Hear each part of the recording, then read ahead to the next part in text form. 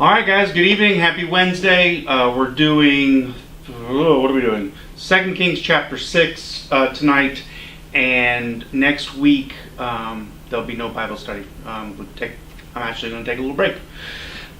So we'll get back to it in 2 Kings chapter 7 the week after next. But I'll put that all up on the website. Thanks for joining me on YouTube. So here we go, 2 Kings chapter 6. We're still hanging out with Elijah, learning about all the things that he's teaching and all of the lessons that are hidden here.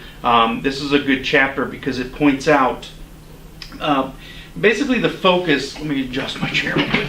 The focus here is that you no matter what the situation, you have to rely on God. And if you choose to rely on something other than God, you're going to fail. And that failure can be absolutely drastic. And oftentimes we get blind to the fact that we're not relying on God because we get in such a pattern of going to church and maybe reading your Bible and doing Bible study. But in your day-to-day life, everything that you do you completely rely on God, especially when you get in difficult circumstances? That's the focus of this one here. So 2 Kings chapter 6, start out in verse 1. It says, "Now the sons of the prophets said to Elijah, Behold, now the place before you where we are living is too limited for us." Verse 2, "Please let us go to the Jordan, and each of us take from there a beam, and let us make a place there for ourselves where we may live." So basically what's happening is the number of people that are wanting to learn under Elijah is growing by leaps and bounds to the point that they can no longer live in like the little dormitory thing that they have. And the people that were learning under him lived in kind of a communal dormitory style living. And the building wasn't big enough, so they wanted to go to the Jordan and cut down trees to make a bigger building. End of verse 3, Elijah said, "Go," end of verse 2. And then in verse 3, one of them said, "Please be willing to go with your servants." And he answered, "I shall go." And I love this. If you just think about this, they're leaving to go gather wood so they can build a bigger building, right? It's not God's work. And they're there to learn about doing God's work. And that separation is something that we manufacture in our own lives. Everything you do is God's work. And because they'd been living and studying under Elijah, they were starting to take a grasp of this.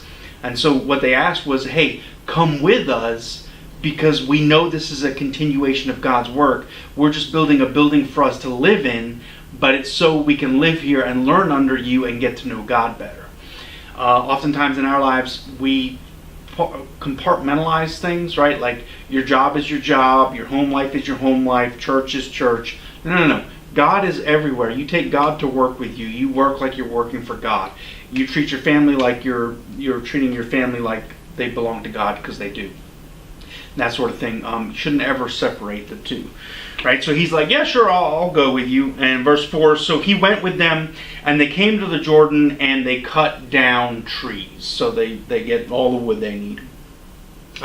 Verse 5, "But as one was felling a beam," so as somebody was cutting a tree down, "the axe head fell into the water, and he cried out and said, 'Alas, my master, for it was borrowed.'" Right, so somebody's cutting down a tree and the axe comes off of the handle and falls into the water, and there's kind of like this just general panic. And I think part of the problem is in the Bible we compress everything, right? So let me read verse 6 and 7, 5, 6, and 7 together, and then kind of explain it for you. So, "But as one was felling a beam, the axe head fell into the water, and he cried out and said, 'Alas, my master, for it was borrowed.'" Verse 6, "Then the man of God said, 'Where did it fall?'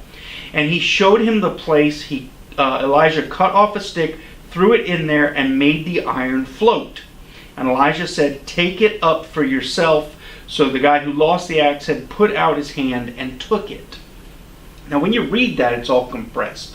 But if you translate it into a normal everyday event, right? Let's just say you decide to be a lumberjack and you go out in the woods and you start chopping down trees, and you drop an axe head into the stream or the river, and it's a muddy river so you can't see the bottom.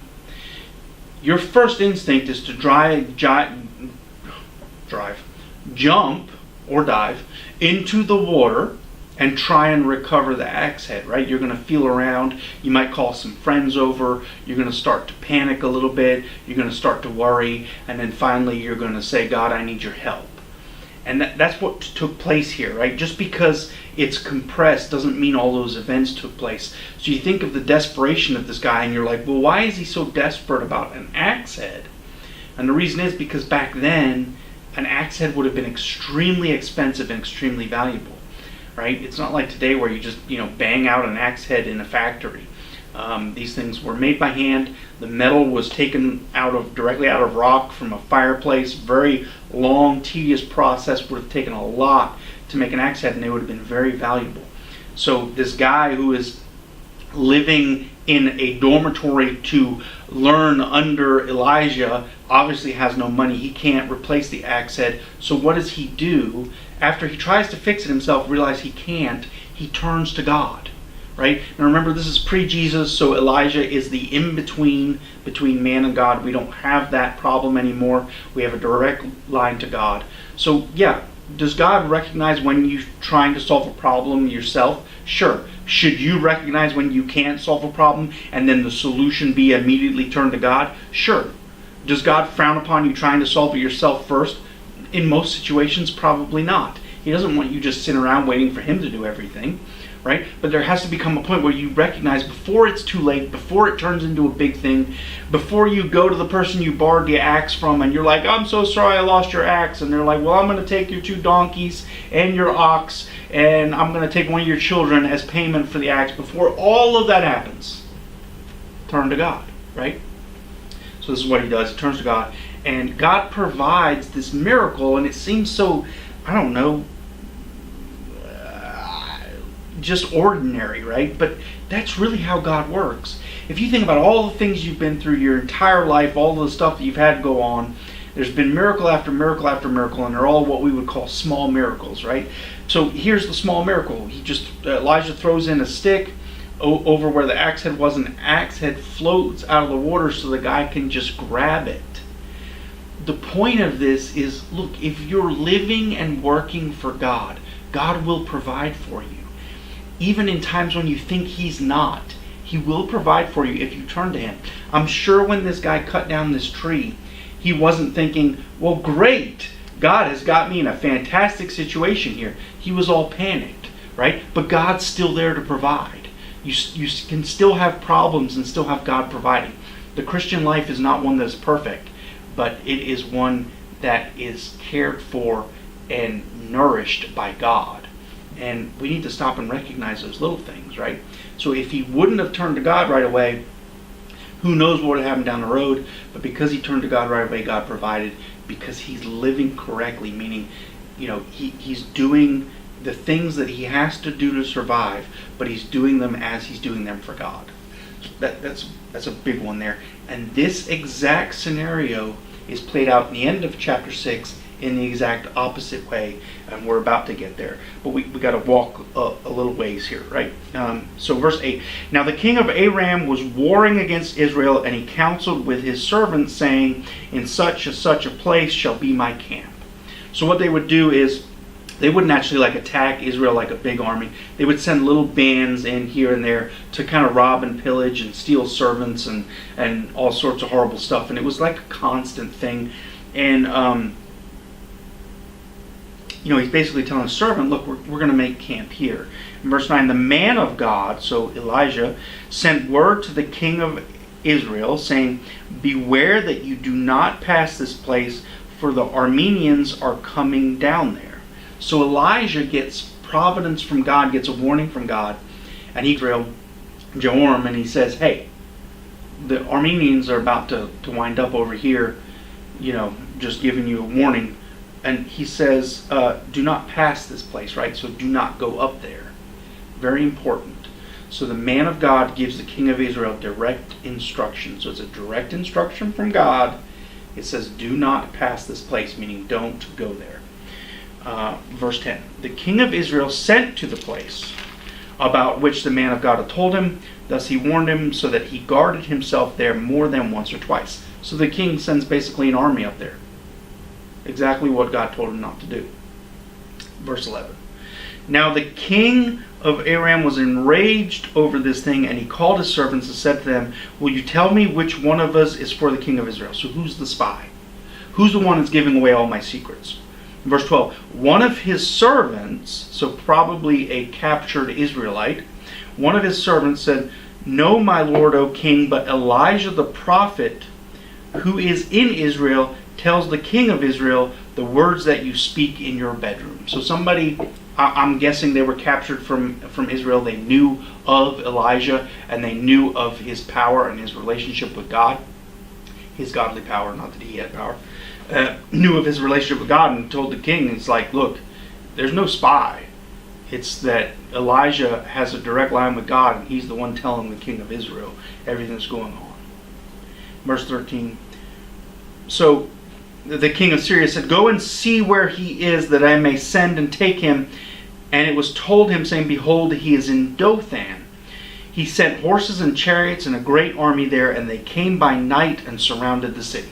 So they found out where Elijah was staying, and they surrounded the entire city with chariots and horses and just, all these soldiers, and it probably would have been pretty intimidating.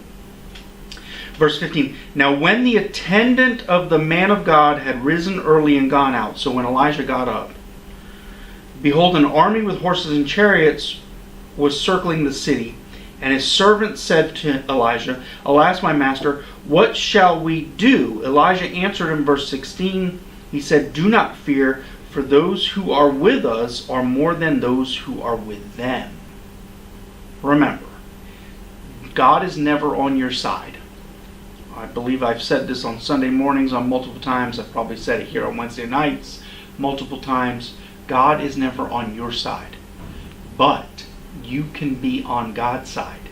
And if you're on God's side, then God's army is protecting you, even if you don't necessarily feel it or see it. So he said, do not fear, for those who are with us are more than those who are with them. There's nothing more powerful than God, right? Verse 17, then Elijah prayed and said, O Lord, I pray, open his eyes, open the eyes of my servant, open his eyes, or attendant, whatever they call him, that he may see. And the Lord opened the servant's eyes, and he saw, and behold, the mountain was full of horses and chariots of fire all around Elijah and his people. Right? So all around Elijah was God's army, all on the top of the mountains. When they came down to him, meaning the power of God came down to him. When they came down to him, Elijah prayed to the Lord and said, strike this people with blindness, I pray.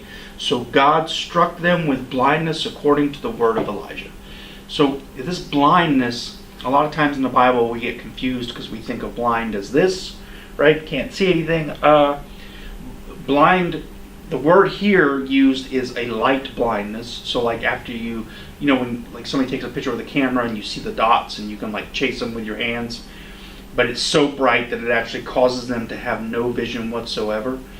It's more than likely the same kind of blindness that struck Paul on the road to Damascus, right? If you can be blinded, literally blinded by the light, right? So they were blinded by this bright godly light, probably from this army of God's army that had encircled Elijah.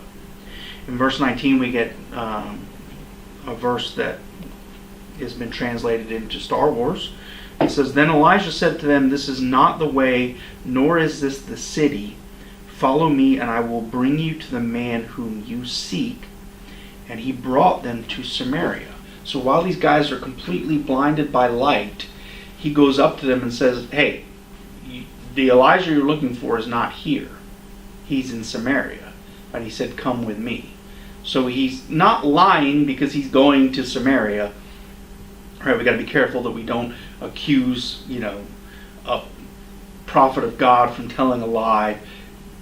I don't even want to get into the detail of it, but what he's saying is, I will take you to Elijah, follow me.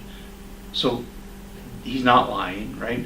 And it just makes me think of the line in Star Wars, These are not the droids you're looking for. He says, this is not the way, nor is this the city. Follow me, I'll bring you to the man whom you seek. And he brought them to Samaria, right? So he brought them to the capital city in what was Israel at the time. And they had come into Samaria. Elijah said, O Lord, open the eyes of these men that they may see. So the Lord opened their eyes, and they saw, and behold, they were in the midst of Samaria. So they were in the midst of the big city, completely surrounded by the king of Israel's army. Now remember, all of this happened because the king of Syria got mad because the king of Israel knew where he was going to be. The king of Israel knew where he was going to be because Elijah told him. But Elijah also told the king of Israel, do not go there, right? But the king of Israel didn't listen. And so now, because the king of Israel didn't listen and did what he wanted to do and brought soldiers up there and defended the place, the king of Syria gets mad, goes to capture Elijah, and God ends up capturing all of them, right? And Elijah takes them all up into the main part of the city where they're completely surrounded by the king of Israel. Very important. Verse 21. Then the king of Israel, when he saw them, he said to Elijah, my father, shall I kill them? Shall I kill them? So he calls Elijah my father, which is a sign of respect, but in this case it's a false sign of respect, because if he truly respected Elijah, he would never ask permission to kill war prisoners of war, right? It's something just we don't generally do in the world. If you're captured, you're treated relatively fairly, maybe not great, but you're fed and you're given water and you're given a place to sleep, right? We don't kill our captives. That's been a long-standing human tradition that comes directly from God, which is treat your neighbors as you would want to be treated, right? So treat people how you would expect or want to be treated if you were captured. So he says, my father, it's this false respect thing, and you're about to see it come up again. In verse 22, Elijah answered, he said, you shall not kill them. Would you kill those you have taken captive with your sword and with your bow? Right? And so he's it's almost like a little dig, but it's also a recognition. The king of Israel needs to recognize he didn't capture the Syrian army. God did. So he's saying to him, you can't take credit for it, but even if you did capture them, you surely wouldn't kill them. The rest of verse 22 says, set bread and water before them that they may eat and drink and go to their master. Right? So feed them, give them water, and then send them home. Allow them to go home.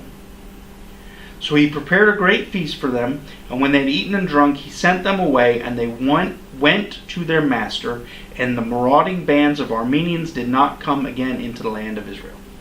So, because they were treated well, because they were blinded by God, because the rules that Jesus gave us were followed, they no longer went into bands of attackers and attacked Israel anymore. Okay, so we get some good out of this. But remember, the king of Israel did not listen to what God said, which started this whole mess, which is about to get worse. Now it came about after this that the king of Aram gathered all his army and went up and besieged Samaria. So the king of Syria, or as they're saying here, the king of Aram, or Aram, is angry. Angry because every time he turns around, they're failing. Every time he turns around, Elijah knows what's going on. He knows how to control the situation. He doesn't have a relationship with God, so he doesn't understand that this is all from God. So he decides to get all of his army together, the whole entire thing, and just go directly and attack Samaria. But he besieges it, which is key, right? That means they do damage, they do burn stuff down, they tear down walls, but they also put up a blockade where no one can go in and no one can go out. Well, if you think about New York City, if you cut all the bridges and all the tunnels off and everybody's stuck on the island of Manhattan, it wouldn't be but about 3 or 4 days before food ran out, right? and nobody's growing food in the city. You grow it out in the country. So what happens? The people start starving. That's what besieged means. So besiege means take complete control and then prevent the people inside from flourishing, from living, right? Verse 25. There was a great famine in Samaria because of the besieging. And behold, they besieged it until, so they kept control of it, until a donkey's head was sold for 80 shekels of silver. Right? So a donkey head, Jews would not eat a donkey head, but these people are starving, so they'll eat anything. And a donkey head was selling for, I took notes here, see if I can read them. How many shekels? 8 shekels of silver is 2 pounds of silver. I think the spot price of silver is about $25, $27 or so. So we're talking about almost $900 for a donkey head. That would be like you paying $900 for pickled pig's feet, right? A jar of pickled pig's feet. Bad. And it goes on. It says a fourth of a cab of dove's dung for 5 shekels of silver. I looked it up. Dove's dung can either be fuel for a fire, like actual dung, or it can be this little pea that kind of gave you a tummy ache but was edible. And a cab is about a pint. So a pint of kidney beans, dried kidney beans, was selling for 5 shekels of silver. It's about $54. I'm pretty sure you can go to Walmart today and get a can of beans for, I don't know, maybe 50, 70 cents, maybe $1 at worst, right? Going for $54. So obviously things were bad. People were starving to death. It gets worse. All because the king of Israel did not listen and turn to God. Verse 26. As the king of Israel was passing by on the wall, a woman cried out to him, saying, "Help, my lord, O king." So we have a little clue here. Crying out on the wall means she was at the wall. If she was at the wall, it was probably for a litigation. She was having a judge review a case of something that was going on. All right? Kind of like a court hearing, sort of. Maybe not as formal, but it was a decision was to be made on a wrong that was done to this woman. Listen to how horrible this is. Verse 26. As the king of Israel was passing by on the wall, a woman cried out to him, saying, "Help, my lord, O king." And he responded, he said in verse 27, "If the Lord does not help you, from where shall I help you? From the threshing floor or from the wine press?" Meaning, look, we don't have any grain. We're not producing grapes. There's a famine. I've got nothing. I'm suffering just like you are. I'm starving to death just like you are. There's no way I can help you. In verse 28, the king said to her, "What is the matter with you?" As in, why are you at the wall? Why are you here for this court case, we'll call it, right? Just so we understand in today's language. She answered, listen to this is horrible. This woman, so the woman she was with at the court case, this woman said to me, "Give your son that we may eat him today, and we will eat my son tomorrow." Wow. So they are starving to death so bad that they literally are eating their own children. Okay. Child sacrifice is definitely not of God. Remember, the Israelites are being punished just generally in this time frame because they are in two beds, so to speak, right? They practice a little bit of what God asks, and they practice a little bit of what Baal asks. And so they're worshiping the devil. One mark of devil worship is child sacrifice, right? So they're willing, instead of turning to God, they're willing to try and solve a problem out of their scope by breaking the rules of God and end up worshiping the devil. I've told you all this time and time again. There's only 2 sides. You're either on one side or you're on the other. Trust me, you always want to be on God's side. I cannot imagine what it would be like to starve to death. Obviously, you can see by my face, I am not even close to starving to death, but I would never eat my children, ever. You're not supposed to say never. I could not even imagine how that would even be possible, and I'm not interested in finding out. So I think that there's an aspect of devil worship that's going on here. yes, there's a famine, but they're also willing. And because they're willing, they're worshiping the devil. I hope I explained that well. Verse 29. It gets even worse. The lady continues, so we boiled my son and ate him. And I said to her on the next day, give your son that we may eat him. But she has hidden her son. So this woman's like, look, we eat your kid today, we'll eat my kid tomorrow. Today they eat her kid, tomorrow comes, she's like, can't find my kid, sorry. When the king, verse 30, when the king heard the words of the woman, he tore his clothes. Now he was passing by the wall, and the people looked, and behold, he had sackcloth beneath on his body. So the king rips his clothes off, again in a form of respect, but you will see it's a false form of respect, just like when he called Elijah father, and the next thing out of his mouth is, shall we kill these captives that God captured? And Elijah's like, no. Here he, feigns this, like trying to fix it with God, but instead of being his heart being in it, he just simply rips his clothes off, and he already had, sackcloth on underneath, so it's kind of like a show. In verse 31, we find out that this repentance is not real. Then he said, may God do so to me and more also, if the head of Elijah, the son of Shaphat, remains on him today. So the very next thing out of his mouth is, I want Elijah's head on a platter. And if I don't pull this off, then I'll eat my children. Basically is what he's saying. Verse 32, now Elijah was sitting in his house, and the elders were sitting with him, and the king sent a man from his presence. But before the messenger came to him, he said to the elders, so Elijah knew he was coming, do you see how the son of a murderer has sent to take away my head? Now the son of a murderer is a little bit of a double meaning. It means somebody who has the character of a murderer, meaning somebody who does not love God, and he's also the son of Ahab. Ahab was a murderer. Look, when the messenger comes, shut the door and hold the door shut against him. Is not the sound of his master's feet behind him? Meaning, when the messenger comes, isn't the king coming with him? Don't let him in. Not out of fear, because Elijah was never afraid, because if you've ever seen God's army, you'd have no reason to be afraid, and Elijah is living right with God, so he's on God's side, right? So there's nothing to fear.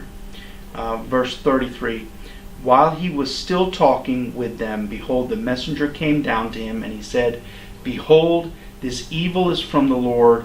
Why should I wait for the Lord any longer? So the king finally, possibly, we'll find out in a cliffhanger, finally maybe comes around to the idea that the Lord is punishing them. And one of the reasons why the Lord is punishing them is because the people still worship Baal, and because the king didn't listen to the exact words that the Lord gave him. Exactly the opposite of the axe head scenario. Right, so we go back to the beginning of the chapter, and you think to yourself, well, losing an axe head isn't a big deal. I've already gone over that. They were very expensive. It would be the equivalent of you borrowing somebody's brand new Lamborghini or Ferrari and then, wrapping it around a tree, right? You would be in trouble. You wouldn't be able to afford to replace it. If you were sued, they would take everything you own, etc., etc. So what did the people with the axe head problem do? They probably tried to solve it themselves first, right? Not breaking any of God's rules. They just jumped in the river, maybe called a friend, had a look around, whatever, poked with some sticks, couldn't find it. The moment they realized that it was out of their control and the only person that could fix it was God, they called on God. God sent Elijah and a stick. He threw the stick in the river. The axe head floated. Here, we have the exact opposite. God says to the king through Elijah, don't go here. He went there, causes all these problems, ends up bringing the famine on himself and his kingdom because he refused to just listen to what God said. So the last thing that we get out of chapter 6 is, behold, this evil is from the Lord. Why should I wait for the Lord any longer? Meaning, God is not going to fix this because he brought it on us. He is still not completely repentant. That's it for today, right? We end on a cliffhanger. Next week we take a break, Okay, no Wednesday night next week, but come back the week after. When I send it out, I will send out notifications. But we'll be in 2 Kings chapter 7. I love you all. Have a fantastic rest of the week, and I will see you on Sunday morning.